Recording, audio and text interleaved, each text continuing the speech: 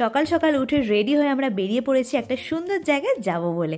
মালা গাঁথা হচ্ছে, বুঝতেই পারছো। হ্যাঁ, পুজো দিতে যাব।